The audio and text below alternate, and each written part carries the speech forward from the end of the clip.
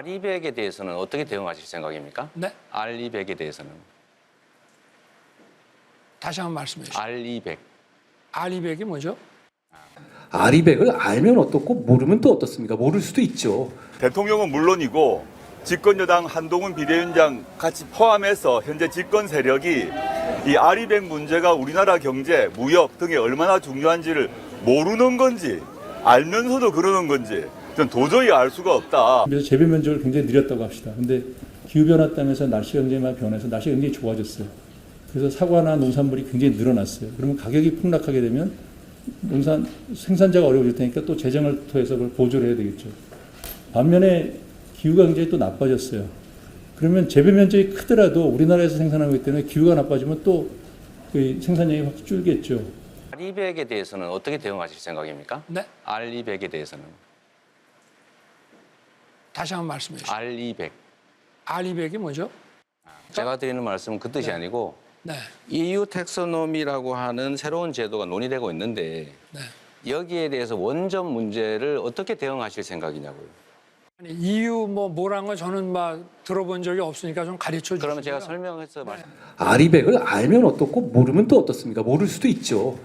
그렇지만 그게 모든 너와 나의 차이, 나는 이렇게 알고 있어, 너는 모르지, 이런 차이로 접근하잖아요. 그럴 문제가 아닙니다. 사실 그게 별거 아닌 얘기잖아요. 그리고 그 문제가 모든 걸 해결해주는 정답으로 공인된 것도 아니고요. 그렇게 완전하게 재생에너지 100%만 가가지고 과연 우리 사회가 단기적, 중기적으로 운영이 가능한가요? 그렇지 않다고 보는 분들이 더 많죠. 오히려 지금 저희가 생각하고 있는 관점처럼 탄소를 중심으로 생각해야 한다라는 것이 더 많은 호응을 받고 있다고 생각합니다. 그런 점에서 우리는 미래를 준비해야 하지만 미래를 준비해야 한다는 미명하에 우리 지금의 현재를 포기할 수도 없어요. 그렇기 때문에 이 둘을 조화롭게 균형 있게 둘 다 생각할 수 있는 방안을 찾아야 합니다. 지금 그 풍력 발전 포함해서 전체적으로 우리나라 에너지 전환 정책 문제가 남아 있지 않습니까? 문재인 정부 때 에너지 전환 정책을 추진하고 그 일환으로 원전 문제, 해상 풍력 문제 다 하다가 다 중단된 상태고, 윤석열 정권 같은 경우는 아리백 관심이 없는 거고, 한동훈 비대위원장 같은 경우도 아리백 모르는 게 뭐가 문제냐라고 이미 말을 해버렸습니다. 저는 말도 안 된다는 소리라고 생각을 하고, 그게 이제 그 풍력 문제만이 아니라 반도체 수출 같은 경우도 아리백을 지켜야만 수출이 가능한 상황인데, 현재 그 대통령은 물론이고 집권여당 한동훈 비대위원장 같이 포함해서 현재 집권 세력이 이 아리백 문제가 우리나라 경제, 무역 등에 얼마나 중요한지를 모르는 건지 알면서도 그러는 건지 전 도저히 알 수가 없다. 그러니까 저희가 이제 어제 제가 이제 기자회견 통해서 조국혁신당이 윤석열 정권 조기종식 문제 외에 동시에 추구하고 있는 중요한 정책이 사회권 선진국이라는 입장을 밝혔습니다.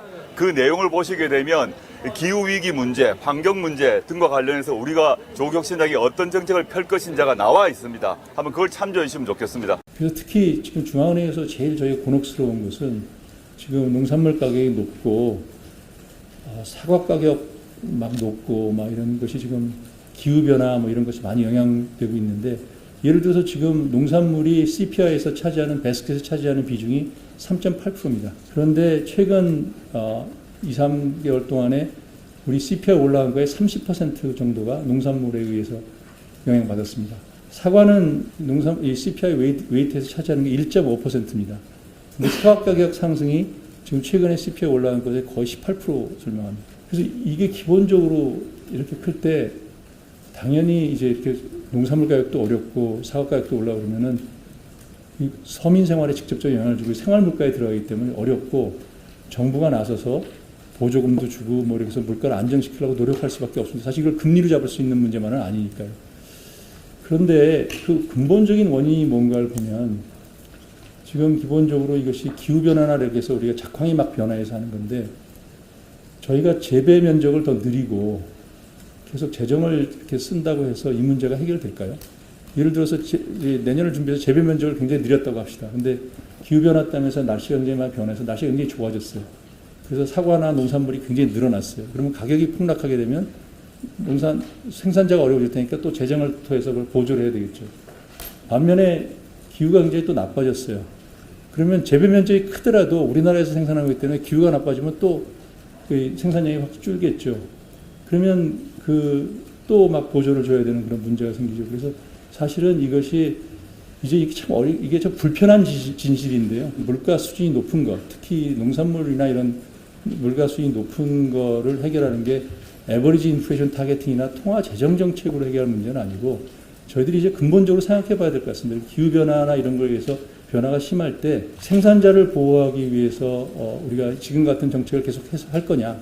그게 하나의 국민의 선택이라면 그렇게 갈 수 있겠죠. 그게 아니면은 우리가 이런 것을 수입을 통해서 근본적으로 이런 문제를 해결할 거냐. 많은 분들이 유통을 개선하면 이런 문제가 해결된다고 생각하는데 사실 기후변화 때문에 생산물이 줄어들면 유통을 아무리 개선한다고 해서 해결하는 데도 한계가 있거든요. 그래서 저는 제 생각에 이런 구조적인 문제를 이제 고민을 한번 해봐야 되는, 그래서 이것이 재정이나 통화정책 방식을 바꿔서 하는 문제가 아니라 이 기후변화나 이런 것 때문에 생기는 구조적인 변화에 우리 국민의 이 합의점이 어딘지 이런 것들을 생각해 봐야 되는 그런 시점이 됐다고 생각합니다.